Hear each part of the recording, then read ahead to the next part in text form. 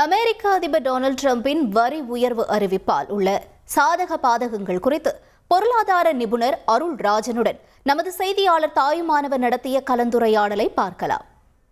இந்தியாவிலிருந்து ஏராளமான பொருட்கள் அமெரிக்காவிற்கு ஏற்றுமதி செய்யப்படக்கூடிய ஒரு சூழலில் 26% வரி அறிவிப்பு என்பது அறிவிக்கப்பட்டிருக்கிறது. இது எந்த அளவுக்கு ஒரு நெருக்கடியை ஏற்படுத்தும்? நம்மிடையே பொருளாதார நிபுணர் அருள் ராஜன் இருக்கிறார். கேள்வியை முன்வைக்கலாம். சார் வணக்கம் சார். என்னென்ன மாதிரியான பிரச்சனைகள் ஏற்பட வாய்ப்பு இருக்குது? உலக நாடுகளுக்கு ட்ரம்ப்புடைய அறிவிப்பு எது போன்ற நெருக்கடியை ஏற்படுத்தும் சார்?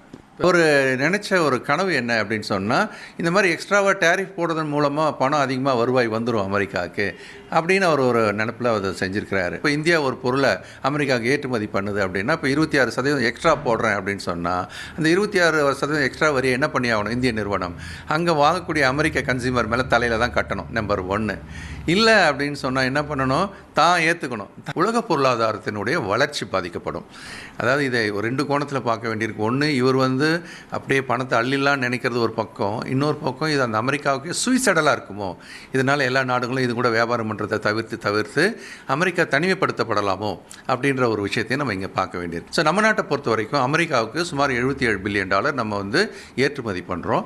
அமெரிக்கா நம்மக்கிட்ட இருந்து $40 பில்லியன் அளவுக்கு நம்மக்கிட்ட இருந்து அவங்க வாங்குறாங்க. இப்போ 2 பேருக்குள்ள ட்ரேட் டெஃபிசிட் அப்படின்னு பார்த்தீங்கன்னா கிட்டத்தட்ட $37 பில்லியன்.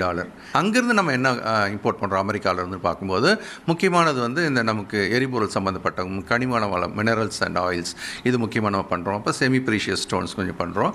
அதே மாதிரி நம்ம ரியாக்டர்ஸ் கொஞ்சம், அந்த மாதிரி அட்டாமிக் ரியாக்டர் சம்மந்தமான சில மிஷினரிஸை இம்போர்ட் பண்ணுறோம். இதான் மேஜரான விஷயங்கள்.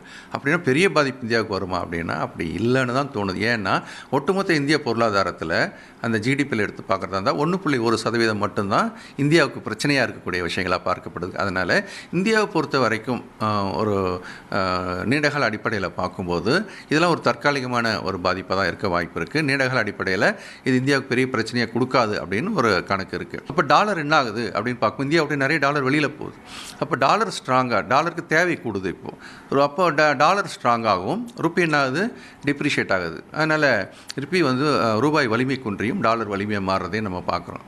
ஆக ஒட்டுமொத்தமாக நம்ம பார்க்கும்போது இந்த டேரிஃப் விவகாரம் அப்படின்றது இந்தியாவை பொறுத்த வரைக்கும் ஒரு குறுகிய கால பாதிப்பை ஏற்படுத்தலாம் என்பதும், நீண்டகால அடிப்படையில் இந்த பாதிப்பிலிருந்து நாம் மீளுவதற்கான வாய்ப்பு மிக அதிகம். பங்குகளை பணமாக மாற்ற வேண்டும்.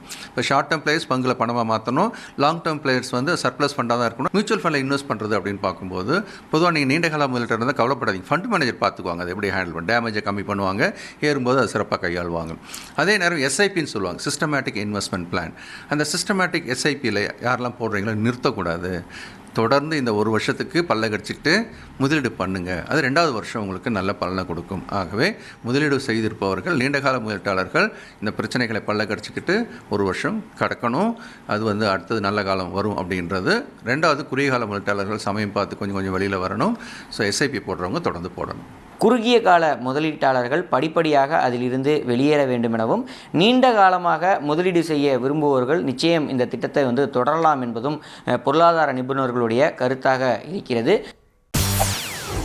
செய்திகளை உடனுக்குடன் தெரிந்து கொள்ள உடனே சப்ஸ்கிரைப் பண்ணுங்க.